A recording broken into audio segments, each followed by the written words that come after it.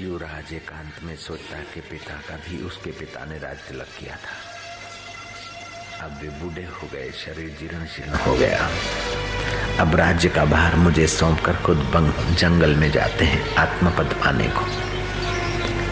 काश अब उनको ये सार दिखता है। जीवन की उछलती धाराओं को इन्होंने विषय विकारों में नष्ट कर दिया। अब आखिरी जीवन की शाम को उस परम सत्य को पाने की इनकी रुचि हुई है। क्या पता पा भी सकेंगे कि नहीं। क्यों न पहले मैं आत्मपद पालूं, फिर देखा जाएगा। राजकुमार उदालक रातों रात घर छोड़कर जंगल में पहुंचा और वहां घास फूस लाकर एक गुफा में रखा, उसी का आसन बनाया और अपने मन को समझाने लगा कि मेरे मन, नाक के साथ मिलकर तूने बहुत कुछ सुगंधें ली, लेकिन आज तक तुझे शांति नहीं मिली। जीभ के साथ मिलकर तूने बहुत व्यंजन खाए, लेकिन अंत में क्या? जला देने की जीभ और जल जाने वाला नाक तुझे क्या दे देगा? अरे मेरे मन, कानों के साथ जुड़कर तूने बहुत ताकत धीनाधीन सुनी, लेकिन आखिर क्या? और काम इंद्री के साथ तो जुड़कर बहुत विकार भोगेगा तो क्या मिल जाएगा? अंत में जो शरीर जलाना है उसी के मजे के लिए तू आत्म मजे का त्याग करता है। ए मूर्ख मन, मैं तेरे भाव में तेरे साथ लगकर सदियों से ठगा आया हूँ। इंद्रियों के विषय विकारों ने मुझे ठगा है। अब मैं निर्विकार नारायण का अनुसंधान करता हूँ। मन तू जहाँ जहाँ जाएगा मैं तुझे रोककर वहाँ से लाकर मेरे आत्म परमात्मा में लगाऊंगा। हे मेरे मन, तू लग जा तो तेरा भला होगा। उदालक अपने मन को समझाता है। घड़ी भर तो मन मानता है, कुछ शांत होता है, लेकिन मन की चाल पुरानी, फिर मन इधर उधर भागता है। उदालक फिर कभी दीर्घ उच्चारण करता है और मन को एकाग्र करता है, तो कभी भगवान के नाम का जप करता है, कभी भगवान को पुकारता है कि नाथ, अब मेरा मन मेरे हाथ में नहीं, तू ही बचा दे, मेरे नाथ में तेरा हूँ। तो कभी मन को कहता है कि मेरे चंचल मन, जा, तुझे जहाँ जाना है जा, मैं तेरे पीछे नहीं आऊँगा, मैं तो परमात्मा में बैठा हूँ, तुझे जहाँ भटकना है भटक। ऐसे करके मन को भगवतमय करता है। ऐसा करते करते उदालक को उस परमात्मा शांति का आनंद और सोई हुई जीवनी शक्ति जगी। उदालक को कुछ आध्यात्मिक अनुभव होने लगे। कभी उदालक हंसता है, कभी रोता है, कभी नाचता है, कभी चुपचाप बैठा रहता है। इस प्रकार एकांत देश में शुद्ध वातावरण में कंदमूल खाकर मन को इधर उधर से समझा बुझा के जप तप से लाकर भगवान में लगाता है। उदालक को कभी नील वर्ण दिखता है, तो कभी पीत वर्ण, तो कभी प्रकाश। इस प्रकार उदालक की आध्यात्मिक यात्रा बड़ी तेजी से होने लगी। माता पिता खोजते खोजते, मंत्री और सेनापति खोजते खोजते थके, आखिर वहीं पहुंच गए।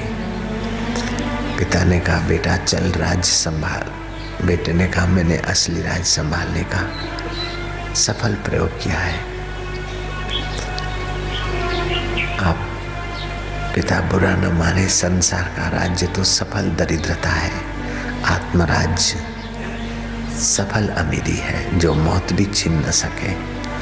मैं वो राज्य पाने के रास्ते हूँ। मुझे शाश्वत धन चाहिए, आपको नश्वर धन मुबारक हो। पिता, मैं शाश्वत धन पालूं, फिर नश्वर धन की आसक्ति या उसका सुख दुख मेरे चित्त को नहीं चलाएगा। मैं ऐसी व्यवस्था पाऊं।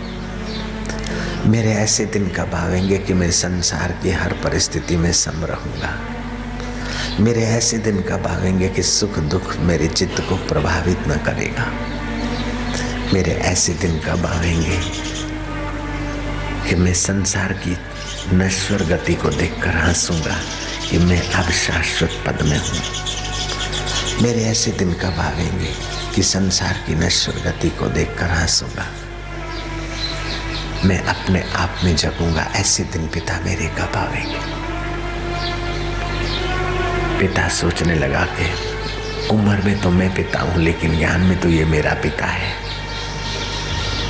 उम्र में तो मैं बड़ा हूं, लेकिन ज्ञान वैराग्य में तो ये मेरा सपूत बड़ा है। पिता का हृदय अंदर से तो संतुष्ट हो रहा है, बाहर से मोह करके बोलता है, बेटा चल घर में हो रहकर भजन करो। जिस घर में भगवत भक्ति नहीं उस घर में रहना नहीं, और जिस घर में भक्ति ज्ञान वैराग्य मिलता है उस घर को छोड़ना नहीं।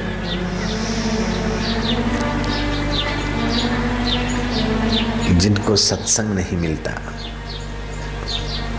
साधन भजन में रुचि बढ़ाने वाला वातावरण नहीं मिलता, वे राज्य महल में आकर क्या करेंगे। पिताजी मुझे तो इस गिरी गुफा में ही रहने दो। समझदार माँ ने और बुद्धिमान पिता ने उदालक को सहयोग दिया और उदालक लगा रहा। रिद्धियां सिद्धियां आई, उदालक उनके वाहवाही में भी नहीं पड़ा। उदालक जानता है कि अपना भजन और सेवा बेचकर सिद्धियों का सुख लेना मूर्खता है। उदालक लगा रहा अपना सादे जीवन में, कंदमूल खाता है, घास फूस बिछाता है, धरती पर शयन करता है, सूर्योदय से पहले उठता है और कभी कीर्तन, कभी ध्यान, कभी जप, इस प्रकार अपनी दिनचर्या बनाता है कि भगवतमय जीवन जाए। थोड़े समय में भगवताकार वृत्ति उत्पन्न हुई। रिद्धि सिद्धियों की लालच में उदालक नहीं फंसा। आखिर उदालक की गुफा में प्रकाश पुंज हुआ। भगवान ब्रह्मा प्रकट हुए, विष्णु और महेश। उदालक आज तू हमारा स्वरूप हुआ, जिस आत्मपद को हम पाकर निश्चिंत जीवन जीते, निश्चिंत नारायण स्वरूप में है, उसी में तू जगा है। उदालक आज तुम मद्रूप हुआ, तुम मेरे स्वरूप हुए हो। उदालक ने ब्रह्मा विष्णु महेश की कुछ पाने के लिए पूजा नहीं की, लेकिन अतिथि और वो भी जीवन मुक्त ब्रह्मवेता अतिथि है, अहोभाव से उनकी अर्घ्यपात से पूजा की। बाद में उदालक जीवन मुक्त होकर बिचरा। राज्य का सुख तो कुछ भी नहीं, इंद्र का सुख भी कुछ नहीं, ऐसा आत्म सुख पाकर उदालक धन्य हो गया। भगवान राम के गुरु भी उसके यशगान करने में आनंद का अनुभव करते हैं। उदालक सोचता था ऐसे मेरे दिन कब आवेंगे कि मैं इंद्रियों के आकर्षण से बचकर आत्म सुख में विश्रांति पाऊंगा। भोग का कीड़ा होकर नहीं जीऊंगा, लेकिन योगेश्वरों की नहीं जीवन मुक्त होऊंगा। इस प्रकार उदालक की शुभ भावना ने, शुभ प्रवृत्ति ने, शुभ सात्विक आहार ने, सात्विक वातावरण ने उदालक को महर्षि उदालक बना दिया। मंत्र दृष्टा, मन बुद्धि के दृष्टा उदालक बन गए, साक्षी चैतन्य स्वरूप में जग गए। उदालक ने तो अपना काम बना लिया। इस कथा से तुम भी अपना काम बनाने का शुभ संकल्प कर लो तो सार्थक होगा मेरा परिश्रम। प्रभु तेरी जय हो।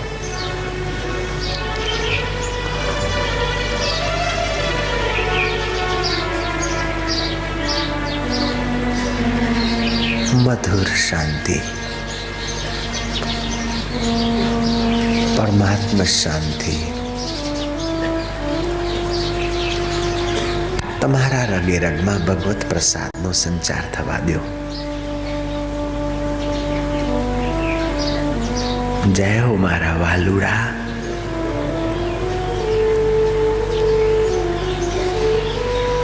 हे प्रभु, आनंद दाता, ज्ञान दाता, प्रेम दाता, सुख दाता, તું અમારી સાથે છે મન, અમે તને ઓળખતા નથી. તું અમારી પાસે છે, અમે તને પામવા મથતા નથી. અમે તારી માયામાં ભૂલા પડ્યા છીએ. આ તો ધન ઘડી છે કે અમને આવો સત્સંગ મળે છે, આવી સાધનાની તકો મળે છે. અમારા જન્મ જન્મના પાપ તાપ મળે છે. हाय हाश में जिंदगी न बीते, हरि ओम में जिंदगी हो जाए, हरिमय जिंदगी हो जाए. उसी रास्ते चल रहे हैं.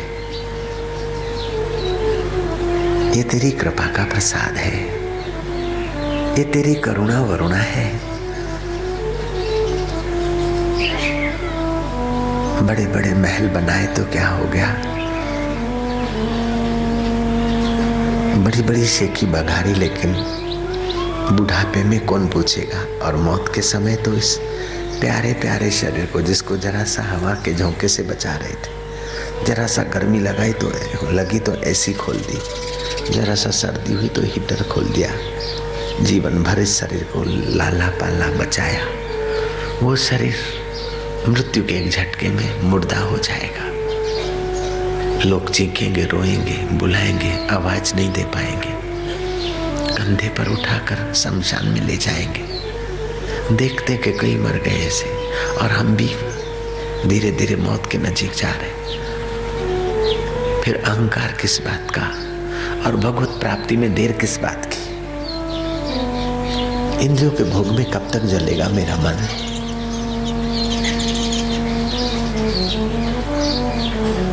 ये मिथ्या वाहवाही कब तक, ये मिथ्या सुख और मिथ्या हाश और हाय कब तक.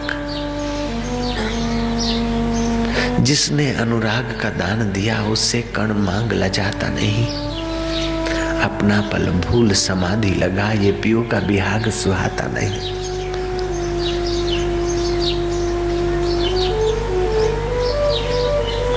अब सीख ले मौन का मंत्र नया, ये पीहू का बिहाग सुहाता नहीं. चुगता है चकोर अंगार, फरियाद किसी को सुनाता नहीं. तू फरियाद मत कर, फरियादी जीवन मत कर. धन्यवाद. बहू लड़ती है, धन्यवाद. सासू लड़ती है, धन्यवाद. आसक्ति मिटा रही है, वाह. धन्यवाद से सहले तपस्या हो जाएगी. फरियाद करेगा तो बंधन बढ़ जाएगा, धन्यवाद करेगा बंधन खुलता जाएगा. तुमको तो क्या कष्ट है. संतों ने जब कष्ट सहे थे, उनकी कष्ट की दास्तां सुनो तो तुम्हारे आंखों से खून के आंसू बह जाए. इतने कष्ट सहे, लेकिन उफ तक नहीं गई, इसीलिए पूजे जाते हैं. तुम उन्हीं की संतान हो, उन्हीं के शिष्य हो. तुम भी कदम आगे रख के देखो. स्वस्थ जीवन, सुखी जीवन, सम्मानित जीवन के लिए थोड़ी कुर्बानी. क्या कुर्बानी. धन्यवाद. फरियाद ना करो, सहिष्णु बनो. सुख दुख को पचा लो, मान अपमान को पचा लो. दूसरे की यश देखकर जलो मत, सुखी रहो. दूसरे को मान दो. दूसरा अपमान करता है तो परवाह मत करो. फिर देखो जीवन कितना महान हो जाता है आसानी से. स्वस्थ जीवन, सुखी जीवन, सम्मानित जीवन की कुंजियां तुम्हारे कदमों में.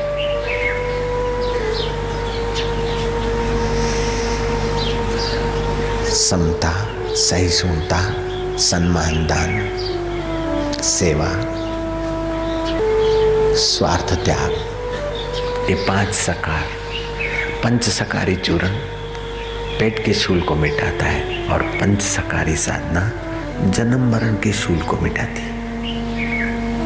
दुनिया के सारे शूलों को मिटाती है पंच सकारी साधना. इसी को पंचाग्नि,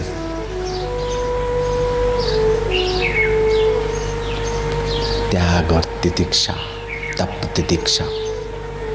तप अपने तरफ से किया जाता है, तितिक्षा तो जो होता है उसमें संभ्र हो, तितिक्षा हो जाती है.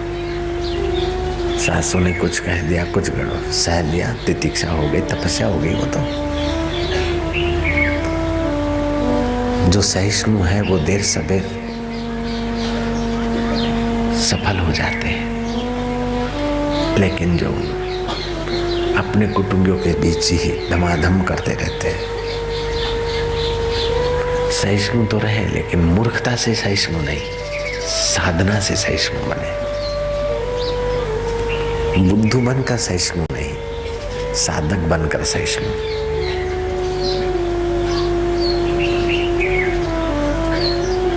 ओम आनंद, ओम माधुर्य।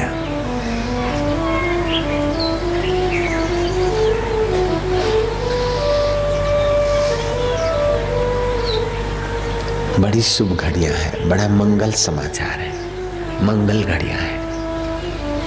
एक एक सेकंड अमित पुण्य पुंज एकत्रित कर रहा है। तन की तपस्या, मन की तपस्या और बौद्धिक तपस्या एक साथ हो रही है।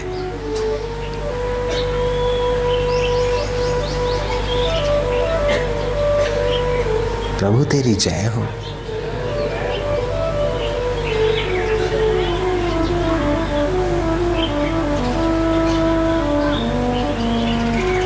मुझे वेद पुराण कुरान से क्या, मुझे प्रेम का पाठ पढ़ा दे कोई। मुझे मंदिर मस्जिद जाना नहीं, मुझे हृदय मंदिर में पहुंचा दे कोई। जहां ऊंच और नीच का भेद नहीं, जहां जात और पात की बात नहीं, न हो मंदिर मस्जिद चर्च जहां, न हो पूजा नमाज में फर्क वहां, बस प्रेम ही प्रेम, शांति ही शांति की सृष्टि मिले। अब नाव को ले चलो वहां, मेरी मति को ले चलो गुरुदेव वहीं।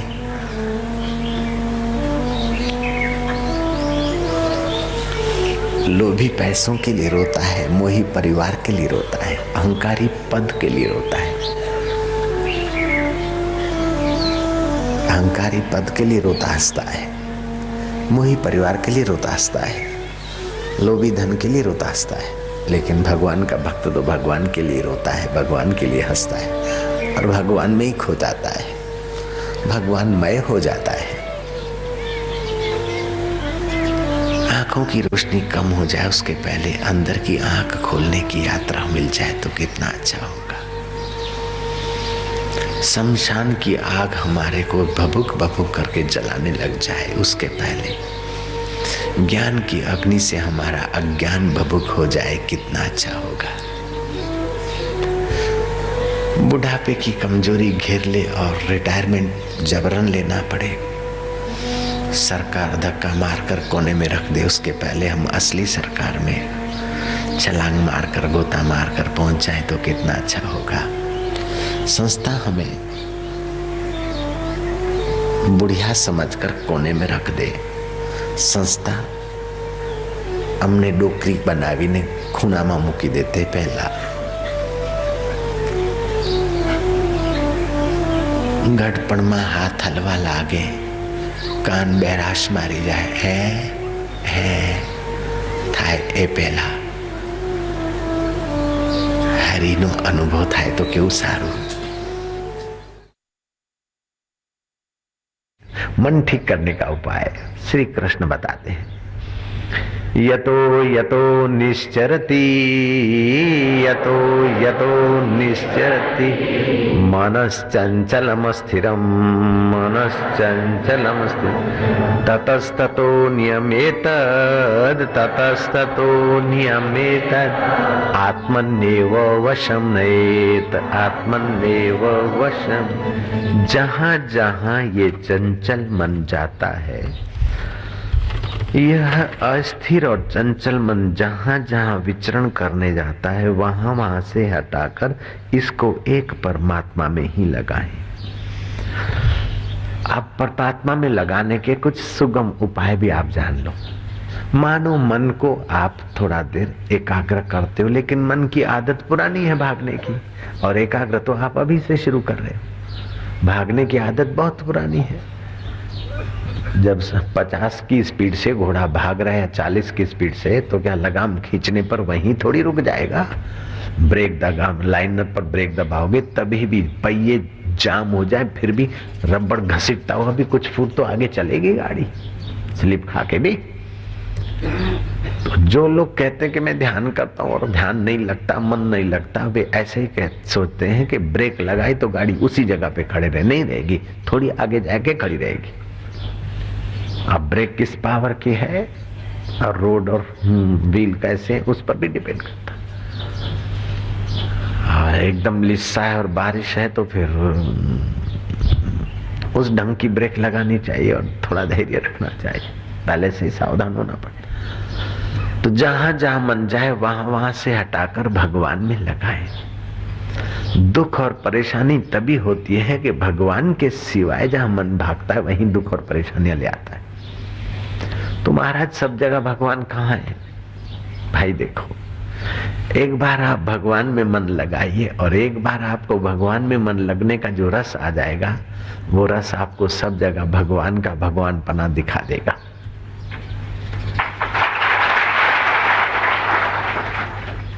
ये मैं कहीं से पढ़कर तुम्हारे को नहीं सुना रहा हूं, किसी से सुनकर नहीं सुना रहा हूं, मैं जो कुछ मेरी बुद्धि के अनुसार मैं जानता हूं टूटा फूटा वही सुना रहा हूं।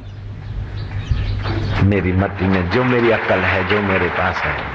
अब तुम्हारे लिए कहीं काशी में पढ़ने जाने वाला नहीं हूं मैं, मेरे पास जो है वो मैं बता रहा हूं बाबा। लाभ होगा ऐसा मुझे लगता है, और तुम ये बात मान ही लो ऐसा मेरा आग्रह नहीं है, लेकिन फायदा होने की बात मुझे लग रही है। जहां जहां मन जाए वहां वहां से उसको हटाकर एक देह में लगाओ। घंटे में 1000 संकल्प की जगह पर धीरे धीरे 900 होंगे, फिर 800 होंगे, 700 होंगे, 500 होंगे, 200 होंगे।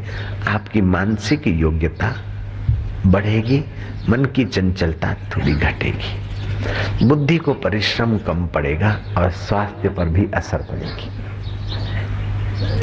स्वस्थ जीवन, सुखी जीवन, सम्मानित जीवन तो चाहता है हर देश का आदमी, हर कौम का आदमी, हर डिपार्टमेंट का ऑफिसर, यही तो चाहता है।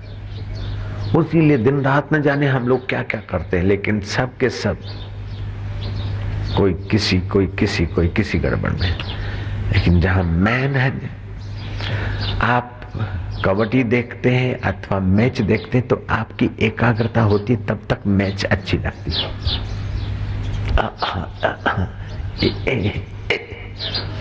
आप श्रीखंड खाते तो श्रीखंड का मजा नहीं, श्रीखंड खाने का शौक और मिला और मन एकाग्र हुआ तभी मजा आया।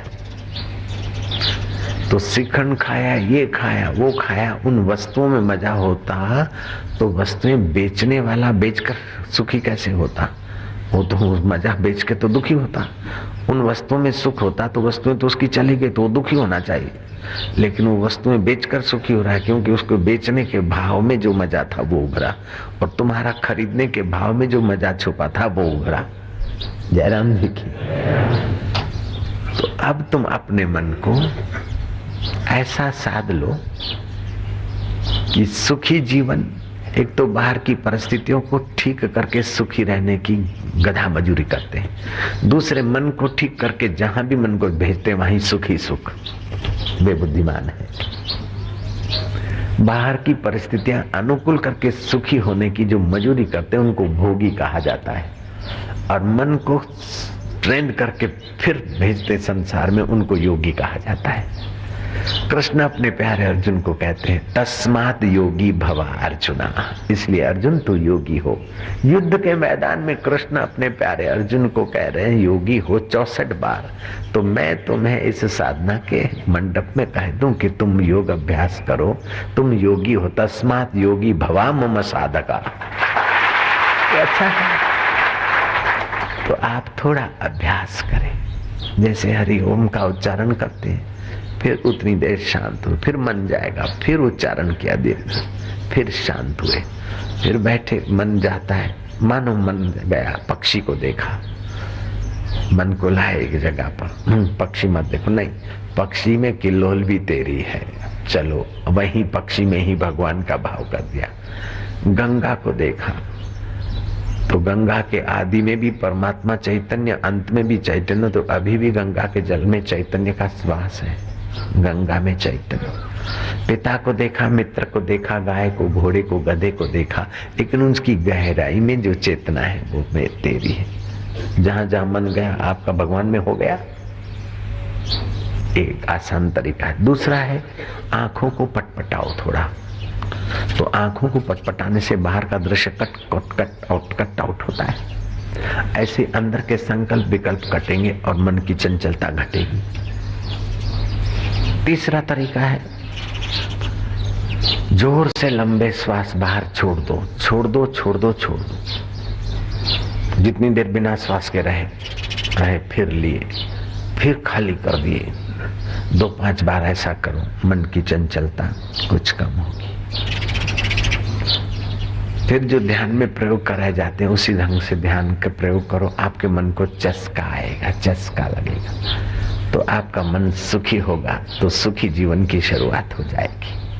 सुखी जीवन की शुरुआत से स्वस्थ जीवन भी सहायक बनेगा।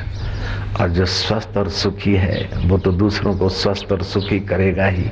सम्मानित जीवन तो तुम्हारे पीछे पीछे घूमेगा। बिल्कुल सौदा सस्ता है और बात ऊंची है। हाश हाय, हाश हाय, हाश हाय। अभी हमने सुना था रायपुर में एक आवाज आ रहा था माइक का, हाय रामा, हाय रामा, हाय रामा, हाय हाय, हाय रब, हाय रब, हाय रब, हाय। तो ऐसे ही हाय हाय हाय हाय हाय हाय हाय हस, हाय हस, हाय हस, हाय हाय हस, हाय हस, हाय हस, हाय। मौत आखिर जाके खाए, हाय हस, हाय हस, मौत सभी को खाए, हाय हस, हाय हस, मौत सभी को खाए। ये हाल हो रहा है। हाय दुखी, फिर कुछ सुविधा हुई, हाश सुखी, फिर हाय दुखी, हाश सुखी, हाय हाश, हाय हाश, हाय हाश, हाय। आखिर मौत सभी को खाए, हाय हाश, हाय हाश, हाय। ये भी अभी मैंने अपना कल्पना करके सुनाया तुमको, कहीं मैंने पढ़ा नहीं है। नारायण हरि, सारा जगत हाय हाय हाश, हाय हाश, हाय हाश, हाय। मौत सभी को खाए, हाय हाश, हाय हाश, हाय हाश, हाय। ये हाल हो रहा है। कोई विरला है जो आत्मपद को पाया है। उसमें देवताओं में, यक्षों में, गंधर्वों में, किन्नरों में कोई विरला है जिन्होंने अपने मन को आत्म सुख से भरा है। जैसे भगवान ब्रह्मा, विष्णु, महेश ये आत्मरामी है।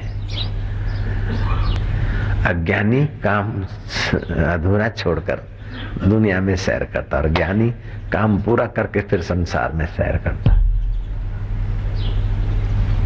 क्या काम निपटा के सैर करना अच्छा है कि काम छोड़कर सैर करना?